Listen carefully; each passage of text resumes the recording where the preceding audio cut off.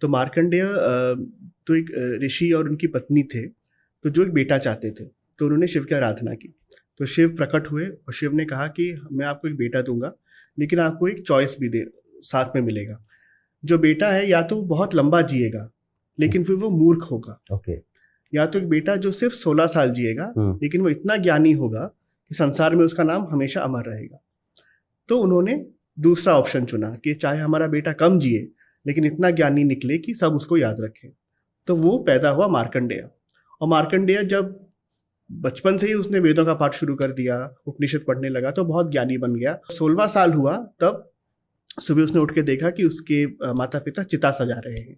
तो उसने पूछा, आज ये क्या कर रहे हो? कहते तुम्हारी चिता सजाई जा रही है क्योंकि आज तुम्हें मरना है, और हमें ये पता था, महादेव ने कहा था कि तुम्हारी आज मृत्यु हो जाएगी, लेकिन हमें कोई दुख नहीं है।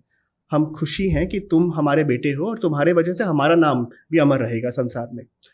तो मार्कंडेय कहता है कि लेकिन मैं अगर शिव की आराधना करूं तो वो मुझे मरने नहीं देंगे, क्योंकि शिव में इतना प्यार है, इतनी करुणा है, मुझे मरने नहीं देंगे। तो वो आराधना करने लगते हैं भगवान शिव की, और इस तरह लीन हो जाते हैं उसमें कि जब यम आते हैं मार्कंडेय को लेने, तो यम उससे छू ही नहीं पाते। ओके। तो यम बहुत नाराज होते हैं कि मेरा तो काम है इसको वापस ले जाना। तो जैसे ही वो दोबारा कोशिश करते हैं, शिव जी प्रकट हो जाते हैं और कहते हैं कि मैं तुम्हें इसे नहीं ले जाने दूंगा, उल्टा इसको मैं इमॉर्टल बनाने वाला हूँ। आज से ये मरेगा ही नहीं, ये चिरंजीवी रहेगा। तो यम कहते हैं लेकिन ये तो रूल्स के खिलाफ है, जिसकी मृत्यु जो जन्म लेता है उसे मरना पड़ेगा, और मेरा कर्तव्य है एज यमराज कि इसे मैं करूं। तो चाहे आप भगवान हैं, लेकिन आप मेरे काम के अंदर आप बाधा नहीं डाल सकते।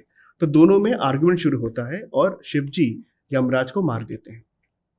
तो क्योंकि शिव जी ने खुद मृत्यु को मार दिया, जो खुद मृत्यु के भगवान है, जो खुद काल है, तो इसलिए उनको महाकाल या कालजयी या कालांतक ये नाम दिए जाते हैं।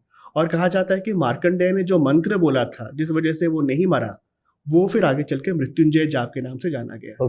जिस वजह से कहते हैं कि जब वो आप जाप करते हो तो आपकी आईसीयू से भी आदमी उठ के चला आता है। इसी को लेकर कहीं भी कहा जाता है कि काल भी उसका क्या करे जो भक्त है महाकाल का। एग्जैक्टली।